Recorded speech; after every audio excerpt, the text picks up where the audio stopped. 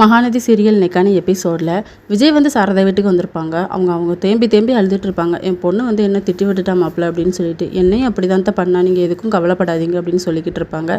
இன்னொரு பக்கம் விஜயோட வீட்டுக்கு வந்து 2 பேர் வந்திருப்பாங்க. அது யாருன்னு சொல்லி பார்த்தா விஜய்க்கு பார்த்துருக்க பொண்ணோட அப்பா அம்மா தான் வந்திருப்பாங்க.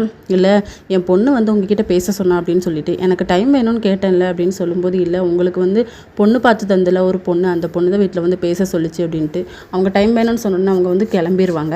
அப்புறமா ஸ்கூலில் இருந்து அம்மாவை பிக்கப் பண்ண போவார். அம்மா வந்து ரொம்ப டல்லாக வருவாங்களா, என்னாச்சுன்னு சொல்லி கேட்கும்போது, இல்லை மதர்ஸ் டே இருக்குது, அதுக்கு எல்லா மதரையும் வர சொல்லியிருக்காங்க, ஆனால் என்னால் தான் எதுவுமே வர சொல்ல முடியாது, நான் அதில் கலந்துக்கலப்பா அப்படின்னு சொல்லி ஃபீல் பண்ணிட்டு போகிறாங்க.